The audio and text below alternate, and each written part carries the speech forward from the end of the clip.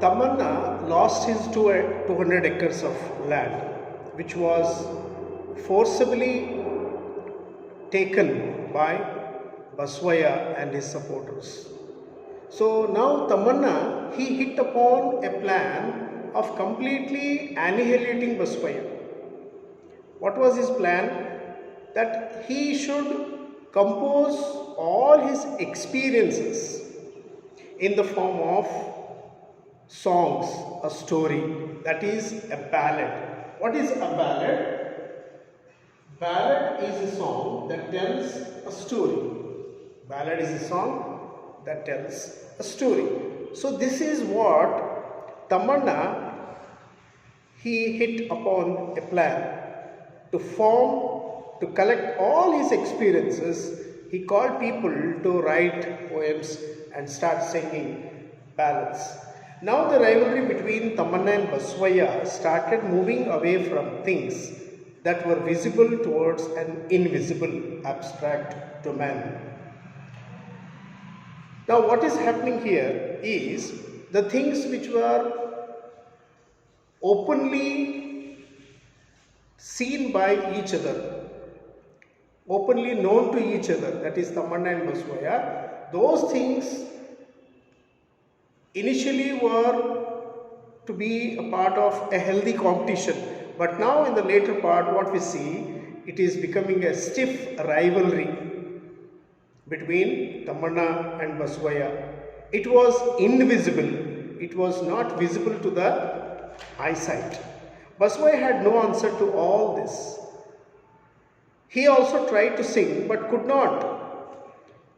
So whatever Tamanna did, Baswaya also started doing right from the beginning. ಪ್ರೀತಿ ವಿದ್ಯಾರ್ಥಿಗಳೇ, ನಾವು ಪಾಠವನ್ನು ಮುಂದುವರಿಸ್ತಾ ಪುಟ 62ನೇ ಪುಟಕ್ಕೆ ನಾವು ಕಾಲಿಟ್ಟಿದ್ದೇವೆ. ದಯವಿಟ್ಟು ನಿಮ್ಮ ಟೆಕ್ಸ್ಟ್ ಬುಕ್ಗಳನ್ನು ಕೈಲಿಟ್ಕೊಂಡು ಪಾಠವನ್ನು ಆನಂದದಿಂದ ಆಲಿಸಿ ಅರ್ಥ ಮಾಡಿಕೊಳ್ಳಿ.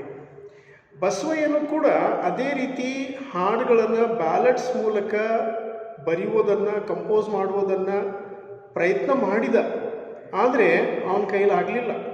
He performed his agricultural tasks more diligently.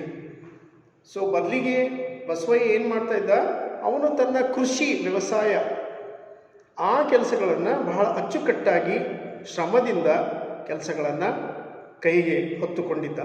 This too was no answer to Tammanna. ಇದು ಕೂಡ ಅವನಿಗೆ ಎದುರೇಟು ಕೊಡಲಿಕ್ಕಾಗಲಿಲ್ಲ. ಬಸವಯ್ಯಗೆ ಈ ಒಂದು ಎದುರೇಟು ಕೊಡಲಿಕ್ಕೆ ಆಗಲಿಲ್ಲ ತಮ್ಮಣ್ಣನಿಗೆ. Tamanna's reputation started spreading all around. His reputation, his name and fame, it started spreading all in the towns, with the people everywhere. ಈ ತಮ್ಮಣ್ಣನ ಘನತೆ ಗೌರವ ಈ ಬ್ಯಾಲೆಟ್ಸ್ಗಳ ಮೂಲಕ ಎಲ್ಲ ಕಡೆಗೆ ಹರಡಿಕೊಂಡಿದೆ.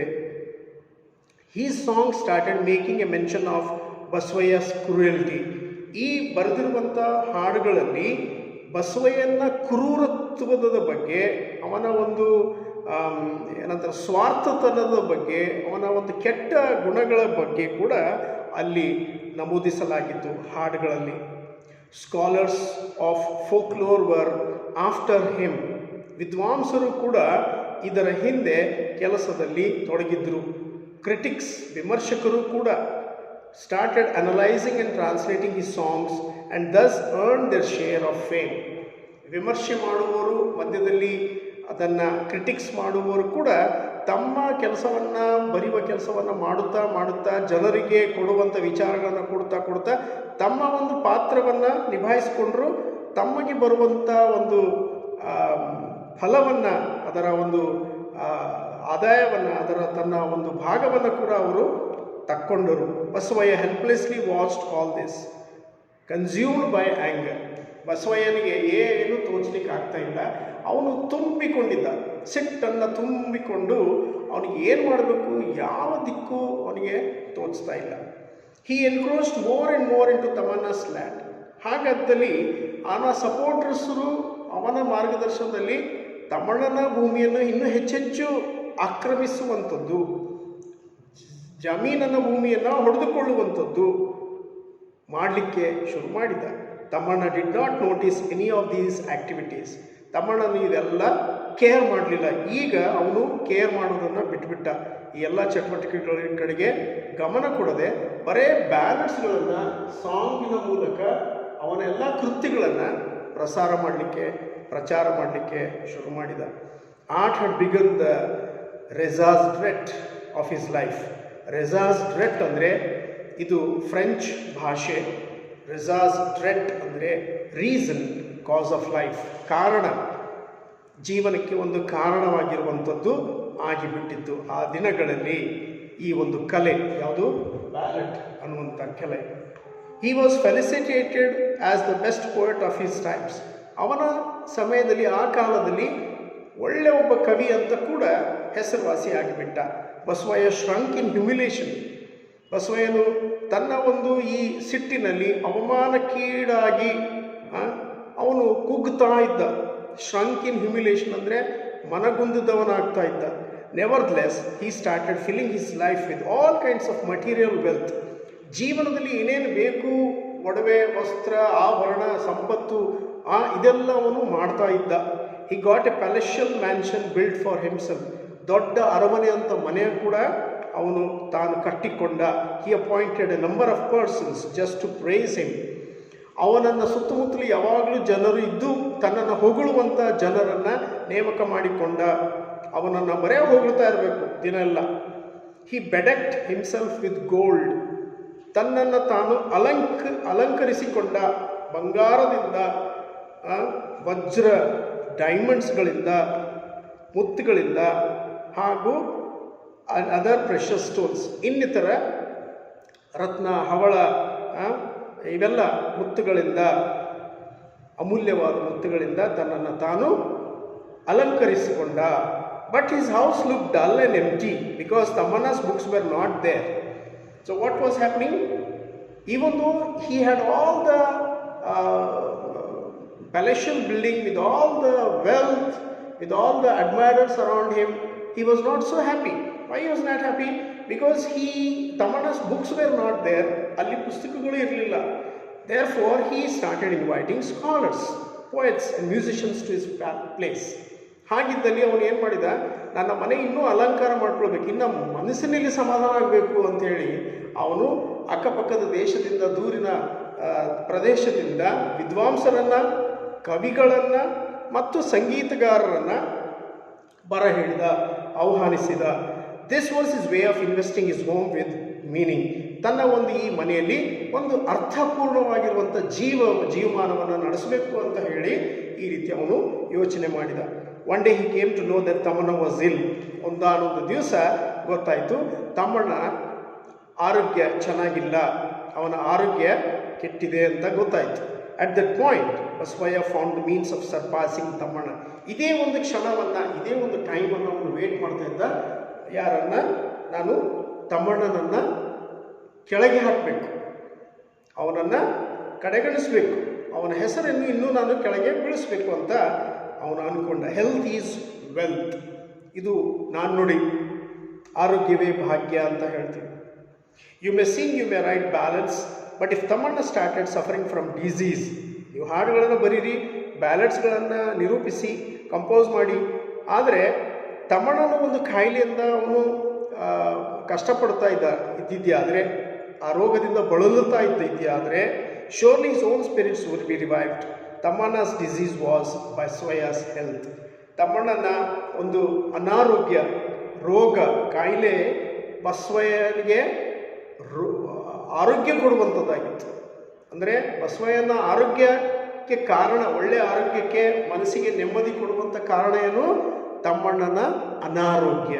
ತಮ್ಮಣ್ಣನು ಹಾಸಿಗೆಯಲ್ಲಿ ಬಿದ್ದಿರುವಂಥದ್ದು, ರೋಗದಿಂದ ಅವನು ನರಳುತ್ತಾ ಇರುವಂಥದ್ದು. ಹವೆವರ್, ಅದಕ್ಕೆ ಕೂಡ, but this time Thammanna had thought of yet another method of punishing Basavayya. ಇಷ್ಟೆಲ್ಲ ಇದ್ದರೂ ಕೂಡ ಮನಸ್ಸಿನಲ್ಲಿ ತಮ್ಮಣ್ಣನು ಬಸವಯ್ಯನನ್ನು ಇನ್ನೂ ಬೇರೆ ರೀತಿಯಲ್ಲಿ ನಾನು ಶಿಕ್ಷೆ ಕೊಡಬೇಕು, ಬರೇ ಬ್ಯಾಲೆನ್ಸ್ ಒಂದು ಮಾರ್ಗವನ್ನು ಆರಿಸಿಕೊಂಡ. ಇನ್ನೊಂದು ರೀತಿಯಲ್ಲಿ ನಾನು ಆತನಿಗೆ ಶಿಕ್ಷೆ ಕೊಡುವೆ, ಅದು ಏನು? ಮರಣ. That was death. ಇಫ್ ಈ continued at the level of body, ಈ ದೇಹ ಮತ್ತು ಅವನ ದೇಹ ಅಂದರೆ ಲೆವೆಲ್ ಆಫ್ ಬಾಡಿ ಅಂದರೆ ದೈಹಿಕವಾಗಿ ನಾವು ಘರ್ಷಣೆ ಮಾಡುತ್ತಾ ಜಗಳ ಮಾಡುತ್ತಾ ಹೋದರೆ ಇದು ಹೀಗೇ ಮುಂದುವರಿತದೆ. Basavayya could go on offering a stiff competition. ದೈಹಿಕವಾಗಿ ಈ ವೈರತ್ವ ಹೀಗೆ ಹಾಗೆತನ ಮುಂದುವರೆದಿದೆಯಾದರೆ ಇದು ಹಾಗೆಯೇ ಮುಂದುವರಿತಾ ಇರುತ್ತದೆ.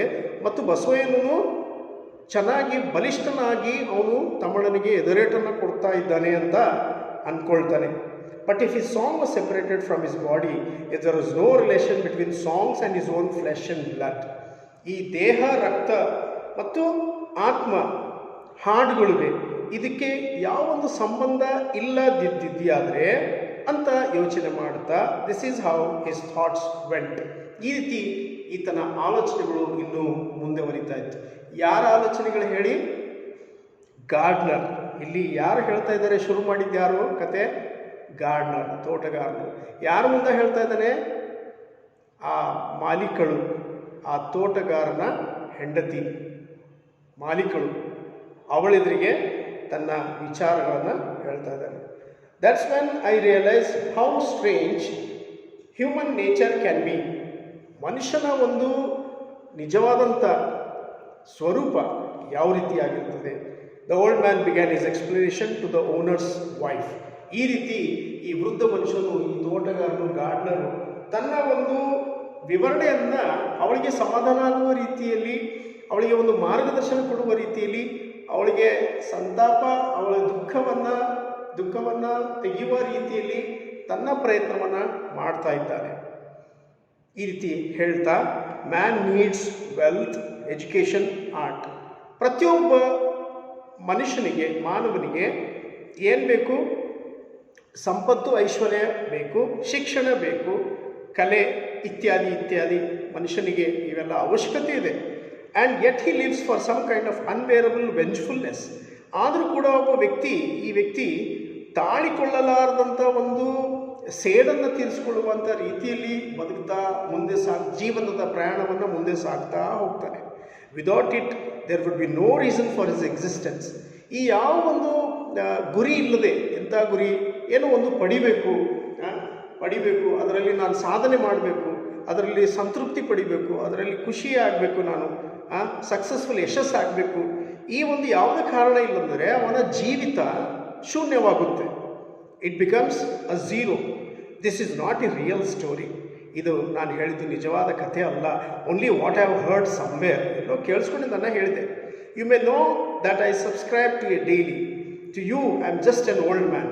ಈಗ ಈ ತೋಟಗಾರನು, ಈ ಮಾಲಿ, ಅವಳಿಗೆ, ಆ ಒಡತಿಗೆ, ತೋಟದ ಒಡೆಯನ ಹೆಂಡತಿಗೆ ಹೇಳುವಂಥ ವಿಚಾರಗಳು ಏನು ನೋಡಿ. I am just an old man. ನಾನು ಒಬ್ಬ ವಯಸ್ಸಾಗಿರುವ ವ್ಯಕ್ತಿ. After particular age man loses his name. ಒಂದು ಹಂತ ಬಂದಾಗ, ಒಂದು ವಯಸ್ಸಿಗೆ ಬಂದಾಗ ಅವನ ಹೆಸರು ಅವನು ಕಳ್ಕೊಳ್ತಾನೆ. His age becomes important and his name vanishes. ಅವನ ಒಂದು ವಯಸ್ಸು ಇಂಪಾರ್ಟೆಂಟ್ ಆಗಿರ್ಬೋದು, ಆದರೆ ಅವನ ಹೆಸರು ಮಾಯವಾಗಿ ಹೋಗುತ್ತದೆ ತೆಳ್ಳನೆ ಗಾಳಿಯಲ್ಲಿ. Vanishes into thin air.